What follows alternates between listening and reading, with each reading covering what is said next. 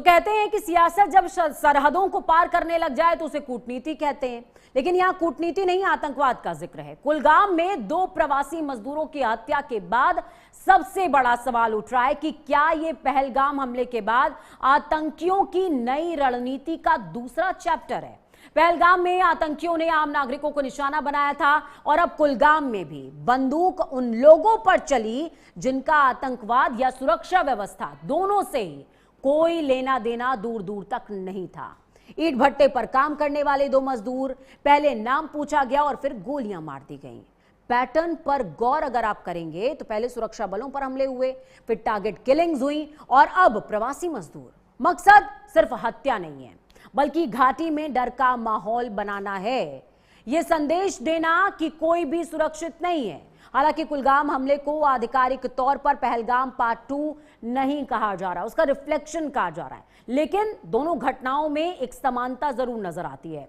आतंकियों ने पहले ऐसे लोगों को निशाना बनाया जो आसान लक्ष्य थे और जिनकी हत्या का मनोवैज्ञानिक असर दूर तक जाता है। यही वजह है कि सुरक्षा एजेंसियां इस हमले को बेहद संजीदगी से, बेहद गंभीरता से ले रही हैं। दक्षिण कश्मीर में सुरक्षा बढ़ा दी गई है और हमलावरों की तलाश की जा रही है। अब सवाल सिर्फ 2 मजदूरों की हत्या का बिल्कुल नहीं है, सवाल यह है कि क्या आतंकवादी फिर से घाटी में डर, पलायन और अस्थिरता का वही दौर लौटाना चाहते हैं जिसे खत्म करने के दावे लगातार किए जा रहे हैं। यही इस हमले की सबसे बड़ी चुनौती भी है। और दूसरी तरफ एक्सपर्ट्स कुछ और भी कह रहे हैं। ग्राफिक्स के जरिए आपको समझाने की, बताने की कोशिश करती हूं कि आखिरकार इस तरीके के हमले, जो हमले अब नजर आने लगे हैं, इस तरह के हमले कब कब नजर आए और क्यों नजर आए हैं, इसका जिक्र बहुत ज्यादा जरूरी हो जाता है। सबसे पहले समझिए, कश्मीर में टारगेट किलिंग कब कब बड़े हमले हुए। श्रीनगर में फार्मासिस्ट माखन लाल बिंद्रू और बिहार के गोलगप्पा विक्रेता वीरेंद्र पासवान की हत्या की गई थी और यह हुआ था अक्टूबर 2021 में। देखिए, इसमें 5 अक्टूबर की तारीख भी मेंशन है। इसी तरीके से 7 अक्टूबर 2021 की बात की जाए तो श्रीनगर के सरकारी स्कूल में शिक्षिका सुपिंदर कौर और शिक्षक दीपक चंद की गोली मारकर हत्या की गई थी। ये वो लोग हैं जिनका सुरक्षा बलों से कोई कनेक्शन नहीं है, ये वो लोग हैं जिनका किसी आसपास के व्यक्ति से कोई कनेक्शन नहीं है। 16-17-2021 ये बैक टू बैक हो रहा था। देखिए, कुलगाम और पुलवामा में बिहार, यूपी के प्रवासी मजदूरों पर हमला किया गया, उनकी मौतें होती हैं, इस तरीके की खबरें दर्ज की जाने लगती हैं। मैं टारगेट किलिंग आपको बता रही हूं कि कब कब हुई है। 12 मई 2022 बड़गाम तहसील कार्यालय में कश्मीरी पंडित कर्मचारी राहुल भट्ट की हत्या कर दी गई थी और यह बहुत ज्यादा हाईलाइट हुआ था मामला। 31 मई 2022 कुलगाम के स्कूल के बाहर शिक्षिका रजनी बाला की हत्या कर दी गई। यह मामला भी बहुत ज्यादा हाईलाइट हुआ था और सवाल उठने शुरू हो गए थे। 2 जून 2022 कुलगाम में बैंक मैनेजर विजय कुमार और बड़गाम में बिहार के मजदूर दिलखुश कुमार की डेथ हुई थी, हत्या कर दी गई थी। राजौरी के डांगरी में आतंकी हमला होता है, आईडी विस्फोट होता है, 7 लोगों की मौत हो जाती है। यह कब होता है? 1 जनवरी 2023 को होता है, नए साल पर। 4 अप्रैल 2024 यानी कि सिलसिलेवार ये हमले हो रहे हैं, बैक टू बैक, 1 से 2 महीने के अंदर। अनंतनाग में बिहार के मजदूर राजू शाह की गोली मारकर हत्या कर दी गई। अब इन तमाम तथ्यों में जो आपको फोकस करना है वो मैं आपको बताऊंगी। देखिए, 20 अक्टूबर 2024 गांधरबल के गगनगीर स्थित जड़मूट सुरंग परियोजना की अगर बात की जाए, यहां पर हमला हुआ, 7 लोगों की जान चली गई।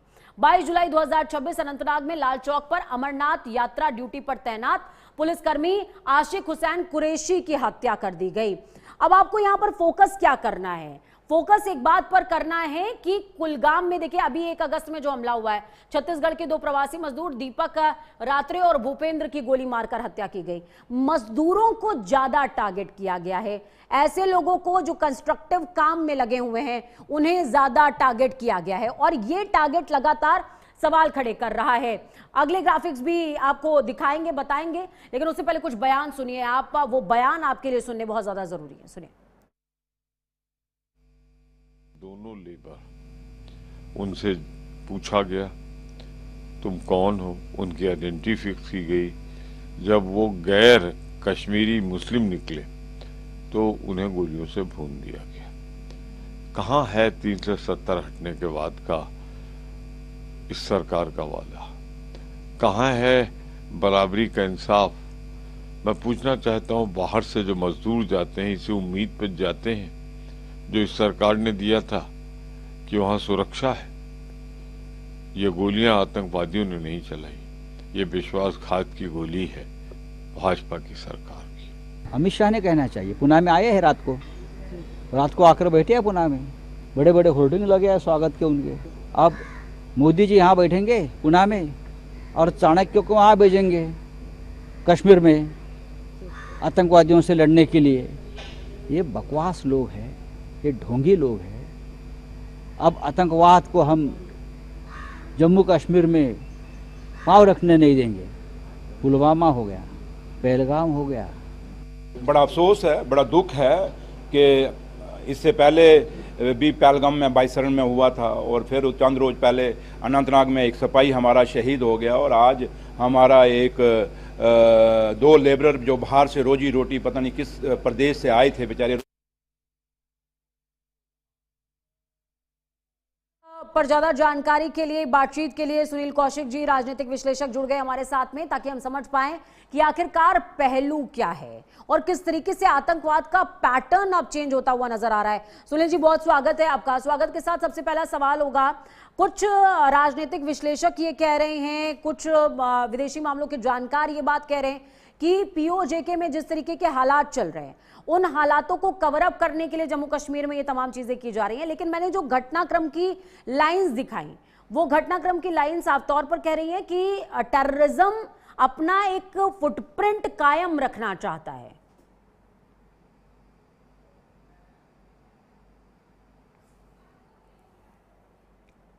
तो देखिए, ये बड़ी अपडेट आपको बता रहे हैं, बड़ी खबर। जिस तरीके के हालात जम्मू कश्मीर में नजर आ रहे हैं, कुलगाम में नजर आ रहे हैं, 2 प्रवासियों की हत्या कर दी गई है।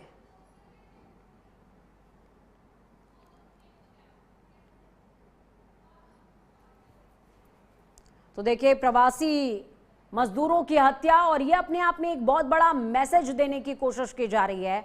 ग्राफिक्स के जरिए आपको बताती हूं कि किस तरीके के हालात मौजूदा समय के अंदर बने हुए हैं और क्या कहने की कोशिश हो रही है। सॉफ्ट टारगेट पर फोकस किया जा रहा है। ये समझिए क्या मैसेज है, किस तरीके से आतंक का पैटर्न चेंज हो रहा है। सुरक्षा बलों की बजाय मजदूर और आम नागरिकों को निशाने पर लिया जा रहा है, क्योंकि उनको पता है कि सुरक्षा बलों को टारगेट में लेना इजी नहीं है। सुरक्षा बलों से उनको माकूल जवाब और मुंहतोड़ जवाब मिलेगा। इस वजह से मासूम लोगों को निशाने पर ले रहे हैं। डर फैलाने की रणनीति पर काम हो रहा है, जिसमें घाटी से प्रवासी मजदूरों के पलायन की कोशिश की जा रही है। क्यों डर फैलाया जा रहा है? ताकि जो कंस्ट्रक्टिव वर्क्स चल रहे हैं जम्मू कश्मीर के अंदर, उनको प्रभावित किया जा सके। यानी कि डर का साम्राज्य कश्मीर में जो पहले से स्थापित था वो बना रहे, इस बात की कोशिश की जा रही है।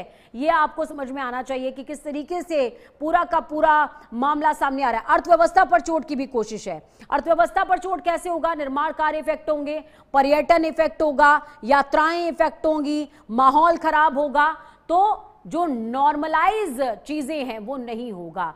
और न्यू नॉर्मल एक तरीका का क्रिएट करने की कोशिश हो रही है कि डर का माहौल बना रहे। जो सामान्य सिचुएशन थी उनको हटाने की कोशिश की जा रही है। टीआरएफ का पैटर्न समझिए। पिछले सालों में गैर स्थानीय नागरिकों पर हमले टीआरएफ करता रहा है और इस बार भी टीआरएफ ने ही जिम्मेदारी ली है। अब सवाल यह है कि क्या आतंकियों की रणनीति अब सीधे सुरक्षा बलों से भिड़ने की बजाय आसान निशानों पर हमला करने की, एक नई तरीके का पैटर्न, एक नई तरीके की वो चीजें देखने को मिल रही हैं जो आतंकवाद को एस्टैब्लिश कर पाए। लेकिन ये आप समझिए कि टीआरएफ हो या फिर कोई भी आतंकी मंसूबा, उन्हें ये समझना चाहिए कि बाप हमेशा बाप होता है और उन्हें वो भी याद रखना चाहिए कि आतंकवाद कोई जो चूल्हे हैं वो हिलाने के लिए भारत कैसे पाकिस्तान के अंदर तक घुस गया था और भारत ने ऑपरेशन सिंदूर के जरिए पूरी दुनिया को यह बताया कि हमारा स्टैंड आतंकवाद को लेकर क्या है। ग्राउंड जीरो में आज के लिए इतना ही। मुझे दीजिए इजाजत। नमस्कार।